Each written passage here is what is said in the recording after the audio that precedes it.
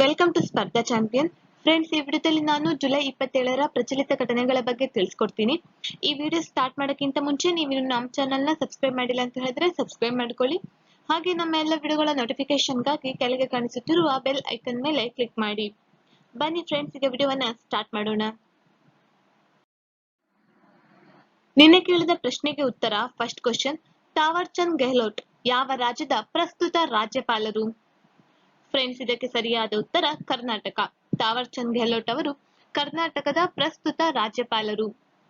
Second question, Ludhiana ನಗರವು ಯಾವ ನದಿಯ ದಡದಲ್ಲಿದೆ? ಫ್ರೆಂಡ್ಸ್, ಲೂಧಿಯಾನ ನಗರವು ಸಟ್ಲೆಜ್ ನದಿಯ ದಡದಲ್ಲಿದೆ.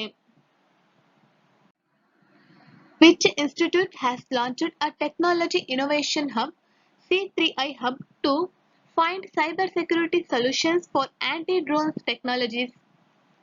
ಡ್ರೋನ್ಸ್ ವಿರೋಧಿ ತಂತ್ರಜ್ಞಾನಗಳಿಗೆ ಸೈಬರ್ ಭದ್ರತಾ ಪರಿಹಾರಗಳನ್ನು ಕಂಡುಹಿಡಿಯಲು ಯಾವ ಸಂಸ್ಥೆ ತಂತ್ರಜ್ಞಾನ ನಾವೀನ್ಯತೆ C3I ಹಬ್ ಅನ್ನು ಪ್ರಾರಂಭಿಸಿದೆ? ಫ್ರೆಂಡ್ಸ್, ಇದಕ್ಕೆ ಸರಿಯಾದ ಉತ್ತರ ಆಪ್ಷನ್ ಸಿ, ಐಐಟಿ ಕಾನ್ಪುರ್. ಕಾನ್ಪುರದ ಇಂಡಿಯನ್ ಇನ್ಸ್ಟಿಟ್ಯೂಟ್ ಆಫ್ ಟೆಕ್ನಾಲಜಿ ಅಥವಾ ಐಐಟಿ ಕಾನ್ಪುರ್ ಡ್ರೋನ್ಸ್ ವಿರೋಧಿ ತಂತ್ರಜ್ಞಾನಗಳು, ಒಳನುಗ್ಗುವಿಕೆ ಪತ್ತೆ ವ್ಯವಸ್ಥೆ, ಬ್ಲಾಕ್ ಚೈನ್ ಮತ್ತು ಸೈಬರ್ ಭೌತಿಕ ವ್ಯವಸ್ಥೆಗೆ ಸೈಬರ್ ಭದ್ರತಾ ಪರಿಹಾರಗಳನ್ನು ಕಂಡುಹಿಡಿಯಲು C3I ಹಬ್ ಎಂಬ ತಂತ್ರಜ್ಞಾನ ನಾವೀನ್ಯತೆ ಹಬ್ ಅನ್ನು ಪ್ರಾರಂಭಿಸಿದೆ. ಐಐಟಿ ಕಾನ್ಪುರದ C3I ಹಬ್ ವಿಶ್ವ ದರ್ಜೆಯ ಆವಿಷ್ಕಾರಗಳನ್ನು ಉತ್ತೇಜಿಸುವ ಸೈಬರ್ ಸೆಕ್ಯುರಿಟಿ ಸ್ಟಾರ್ಟ್ಅಪ್ಗಳ ರೋಮಾಂಚಕ ಪರಿಸರ ವ್ಯವಸ್ಥೆಯನ್ನು ರಚಿಸಲು ಬದ್ಧವಾಗಿದೆ. The book titled An Ordinary Life: Portrait of an Indian Generation has been authored by Dash. An Ordinary Life: Portrait of a Indian Generation ಎಂಬ ಪುಸ್ತಕವನ್ನು ಯಾರು ಬರೆದಿದ್ದಾರೆ? Correct answer option C, Ashok Lavasa. ಮಾಜಿ ಚುನಾವಣಾ ಆಯುಕ್ತ ಅಶೋಕ್ ಲಾವಸ ಅವರು on ordinary life: portrait of Indian generation ಎಂಬ ಪುಸ್ತಕವನ್ನು ಬರೆದಿದ್ದಾರೆ. ಏಷ್ಯನ್ ಅಭಿವೃದ್ಧಿ ಬ್ಯಾಂಕಿನ ಉಪಾಧ್ಯಕ್ಷರಾಗಲು ಅಶೋಕ್ ಲಾವಸ 2020ರಲ್ಲಿ ಚುನಾವಣಾ ಆಯುಕ್ತ ಸ್ಥಾನಕ್ಕೆ ರಾಜೀನಾಮೆ ನೀಡಿದರು.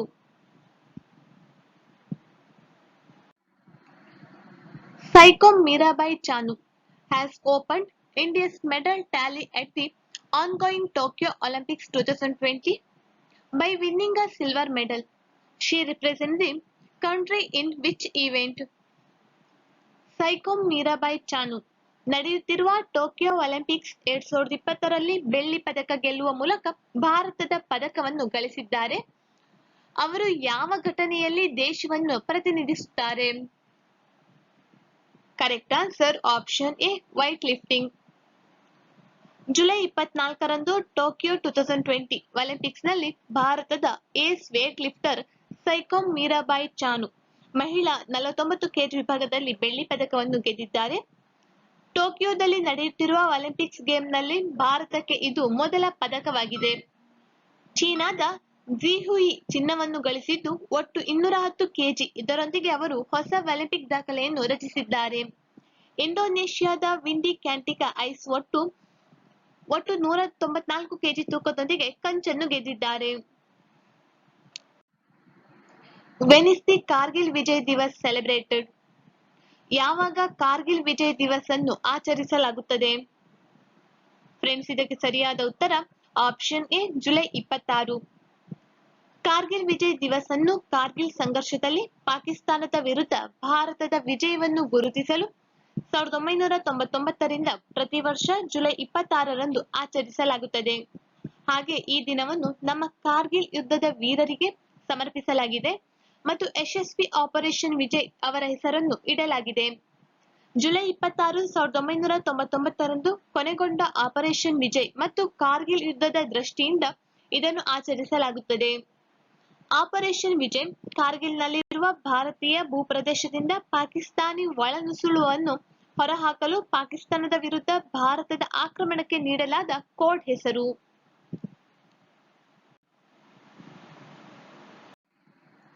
ಭಾರತೀಯ ಪ್ರಕೃತಿ ಕೃಷಿ ಪದ್ಧತಿ is a sub-scheme of which program? ಭಾರತೀಯ ಪ್ರಕೃತಿ ಕೃಷಿ ಪದ್ಧತಿ ಯಾವ ಕಾರ್ಯಕ್ರಮದ ಉಪಯೋಜನೆಯಾಗಿದೆ? ಕರೆಕ್ಟ್ ಆನ್ಸರ್ ಆಪ್ಷನ್ ಎ, ಪರಮರಾಗತ್ ಕೃಷಿ ವಿಕಾಸ್ ಯೋಜನೆ.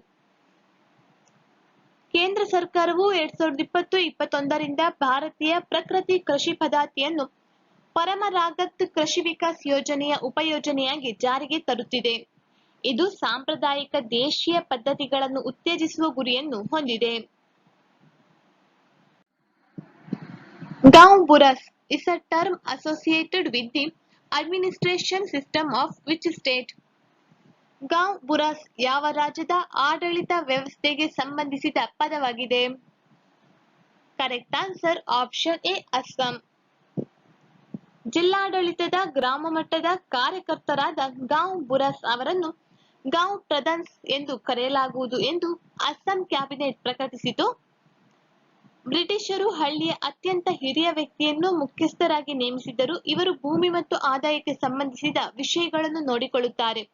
ಇವರನ್ನು ಅಸ್ಸಾಂನಲ್ಲಿ ಗಾಂವ್ ಬುರಾಸ್ ಎಂದು ಕರೆಯಲಾಯಿತು. ಹಲವಾರು ಯುವಕರು ಹಳ್ಳಿ ಮಟ್ಟದ ಕಾರ್ಯಕರ್ತರಾಗುತ್ತಿರುವುದರಿಂದ ಬುರವನ್ನು ಬದಲಾಯಿಸಲಾಗಿದೆ. ಬುರ ಎಂದರೆ ಅಸ್ಸಾಮೀಸ್ನಲ್ಲಿ ಹಳೆಯದು ಎಂದರ್ಥ. How many Adornes factories are operational across India? ಭಾರತದಾದ್ಯಂತ ಎಷ್ಟು ಆರ್ಡನೆನ್ಸ್ ಕಾರ್ಖಾನೆಗಳು ಕಾರ್ಯನಿರ್ವಹಿಸುತ್ತಿದೆ?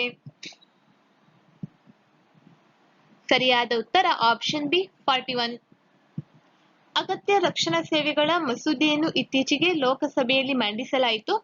ಅದರಲ್ಲಿ ಉಲ್ಲೇಖಿಸಲಾದ ಸೇವೆಗಳನ್ನು ಅಗತ್ಯ ರಕ್ಷಣಾ ಸೇವೆಗಳೆಂದು ಘೋಷಿಸಲು ಮಸೂದೆ ಸರ್ಕಾರಕ್ಕೆ ಅಧಿಕಾರ ನೀಡುತ್ತದೆ. ಅಗತ್ಯ ರಕ್ಷಣಾ ಸೇವೆಗಳ ಮಸೂದೆ ಸರ್ಕಾರಿ ಸ್ವಾಮ್ಯದ ಆರ್ಡನೆನ್ಸ್ ಕಾರ್ಖಾನೆಗಳ ಸಿಬ್ಬಂದಿ ಮುಷ್ಕರ ನಡೆಸದಂತೆ ತಡೆಯುವ ಗುರಿಯನ್ನು ಕೂಡ ಹೊಂದಿದೆ. ದೇಶಾದ್ಯಂತ ಇರುವ 41 ಆರ್ಡನೆನ್ಸ್ ಕಾರ್ಖಾನೆಗಳಲ್ಲಿ ಸುಮಾರು 70,000 ಜನರು ಕೆಲಸ ಮಾಡುತ್ತಿದ್ದಾರೆ. Which space agency is building a telescope named SuperBit? SuperBit ಹೆಸರಿನ ದೂರದರ್ಶಕವನ್ನು ಯಾವ ಬಾಹ್ಯಾಕಾಶ ಸಂಸ್ಥೆ ನಿರ್ಮಿಸುತ್ತಿದೆ? Correct answer option B NASA. NASA ಮತ್ತು ಕೆನಡಾದ ಬಾಹ್ಯಾಕಾಶ ಸಂಸ್ಥೆ ಸೂಪರ್ ಪ್ರೆಷರ್ ಬಲೂನ್ನಿಂದ ಹರಡುವ ಇಮೇಜಿಂಗ್ ಟೆಲಿಸ್ಕೋಪ್ ಅಥವಾ ಸೂಪರ್ ಬಿಟ್ ಎಂಬ ದೂರದರ್ಶಕವನ್ನು ನಿರ್ಮಿಸುತ್ತಿದೆ. ಇದು ಹಬಲ್ ಟೆಲಿಸ್ಕೋಪ್ನ ಉತ್ತರಾಧಿಕಾರಿ ಎಂದು ಹೇಳಲಾಗುತ್ತದೆ. ಇತ್ತೀಚಿನ ಮಾಧ್ಯಮ ವರದಿಗಳ ಪ್ರಕಾರ ದೂರದರ್ಶಕವನ್ನು ಮೇಲಕ್ಕೆತ್ತಲು ಕ್ರೀಡಾಂಗಣ ಗಾತ್ರದ ಹೀಲಿಯಂ ಬಲೂನ್ ಅನ್ನು ಬಳಸಲಾಗುವುದು. ಇದನ್ನು ಭೂಮಿಯ ವಾತಾವರಣದ ಮೇಲ್ಮಟ್ಟಕ್ಕೆ ಕಳುಹಿಸಲಾಗುವುದು. ಇದನ್ನು ಟೊರೊಂಟೊ ವಿಶ್ವವಿದ್ಯಾಲಯ, ಪ್ರಿನ್ಸ್ಟನ್ ವಿಶ್ವವಿದ್ಯಾಲಯ ಮತ್ತು ಇಂಗ್ಲೆಂಡ್ನ ಡರ್ಹಾಮ್ ವಿಶ್ವವಿದ್ಯಾಲಯ ಒಟ್ಟಾಗಿ ನಾಸಾ ಮತ್ತು ಕೆನಡಿಯನ್ ಬಾಹ್ಯಾಕಾಶ ಏಜೆನ್ಸಿಯೊಂದಿಗೆ ವಿನ್ಯಾಸಗೊಳಿಸಿದೆ. 308 ದಶಲಕ್ಷ ವರ್ಷಗಳ ಹಿಂದಿನ ಮೈಕ್ರೋಸಾರ್ನ ಬೆರಳಿನ ಗಾತ್ರದ ಪಳೆಯುಳಿಕೆ ಯಾವ ದೇಶದಲ್ಲಿ ಪತ್ತೆಯಾಗಿದೆ? Correct answer option A USA. 308 ದಶಲಕ್ಷ ವರ್ಷಗಳ ಹಿಂದಿನ ಮೈಕ್ರೋಸಾರ್ನ ಬೆರಳಿನ ಗಾತ್ರದ ಪಳೆಯುಳಿಕೆ ಯುನೈಟೆಡ್ ಸ್ಟೇಟ್ಸ್ನಲ್ಲಿ ಪತ್ತೆಯಾಗಿದೆ. ಡಾಕ್ಸಿಂಗ್ ವರ್ತನೆಯನ್ನು ನಿಭಾಯಿಸುವ ಗೌಪ್ಯತೆ ಕಾನೂನುಗಳ ಕುರಿತ ಶಾಸಕಾಂಗವನ್ನು ಯಾವ ದೇಶ ಪ್ರಸ್ತಾಪಿಸಿದೆ? Correct answer option C Hong Kong.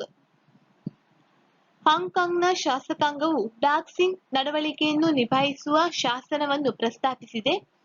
ಈ ಶಾಸನವು ಜಾರಿಗೆ ಬಂದರೆ ದೇಶದಲ್ಲಿ ಕಾರ್ಯನಿರ್ವಹಿಸುತ್ತಿರುವ ತಂತ್ರಜ್ಞಾನ ದೈತ್ಯರ ಮೇಲೆ ಭಾರಿ ಪರಿಣಾಮ ಬೀರುತ್ತದೆ ಎಂಬ ಆತಂಕವಿದೆ. ಇಂತಹ ಶಾಸನವನ್ನು ನಾಗರಿಕ ಸಮಾಜವನ್ನು ಗುರಿಯಾಗಿಸಿಕೊಂಡು ಅಧಿಕಾರದಲ್ಲಿರುವ ಜನರು ಬಳಸಿಕೊಳ್ಳಬಹುದು ಎಂದು ಹೇಳಲಾಗುತ್ತದೆ. ಇಂದಿನ ಪ್ರಶ್ನೆ, ಫಸ್ಟ್ ಕ್ವಶನ್, ವ್ಯಾಸ್ ಸಮ್ಮನ್ ಪ್ರಶಸ್ತಿಯನ್ನು ಯಾವ ಕ್ಷೇತ್ರದಲ್ಲಿ ಶ್ರೇಷ್ಠತೆಗಾಗಿ ನೀಡಲಾಗಿದೆ? ಸೆಕೆಂಡ್ ಕ್ವಶನ್, ನೃತ್ಯ ಮತ್ತು ಅದರ ಮೂಲದ ಸ್ಥಿತಿಗೆ ಸಂಬಂಧಿಸಿದಂತೆ ತಪ್ಪಾದ ಆಯ್ಕೆಯನ್ನು ಗುರುತಿಸಿ.